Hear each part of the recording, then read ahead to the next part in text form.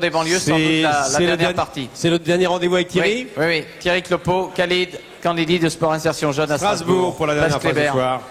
En avant Thierry. Oui, écoutez, donc après 30 heures de tour des banlieues, c'était une première pour moi, au-delà des récoltes de dons et des récoltes d'argent, bien ce qui nous a le plus marqué avec Khalid, c'est sans doute la solidarité du cœur des jeunes. On parle beaucoup, bien évidemment, on a beaucoup parlé des quartiers difficiles. C'est vrai que ça ne fait pas toujours plaisir aux éducateurs, aux jeunes qui ont envie de se bouger ici pour faire avancer les choses, mais c'est vrai que même s'il y a des difficultés, c'est dans ces quartiers que l'on retrouve la notion de solidarité, d'entraide la plus forte, Khalid.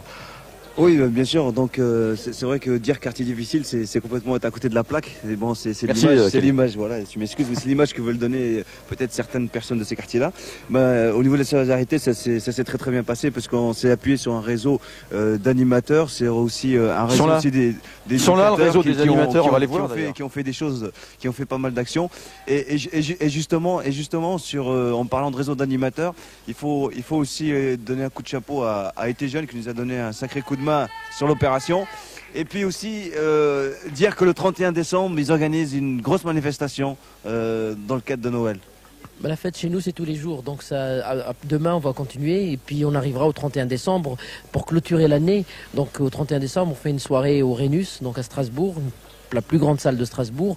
On souhaite réunir encore davantage de jeunes et de moins jeunes pour cette soirée, une soirée unique où les Strasbourgeois seront au courant par des médias et par tous les réseaux d'information concernés.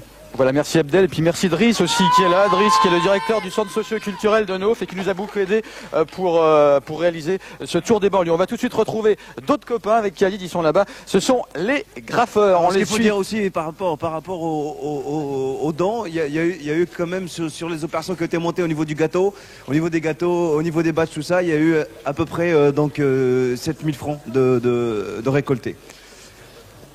Voilà, donc nos amis graffeurs Karl et Maïs, vous les avez peut-être découverts si vous étiez à l'antenne la nuit dernière, qui ont réalisé cette magnifique fresque, ce graphe, et qui sont très heureux d'avoir participé à ce téléthon, bien évidemment. Bah oui, en fait, chacun doit, avec ce qu'il fait dans la vie, participer à quelque chose un jour ou l'autre, et c'est une prise de conscience. Voilà, c'est tout. C'était la journée du cœur.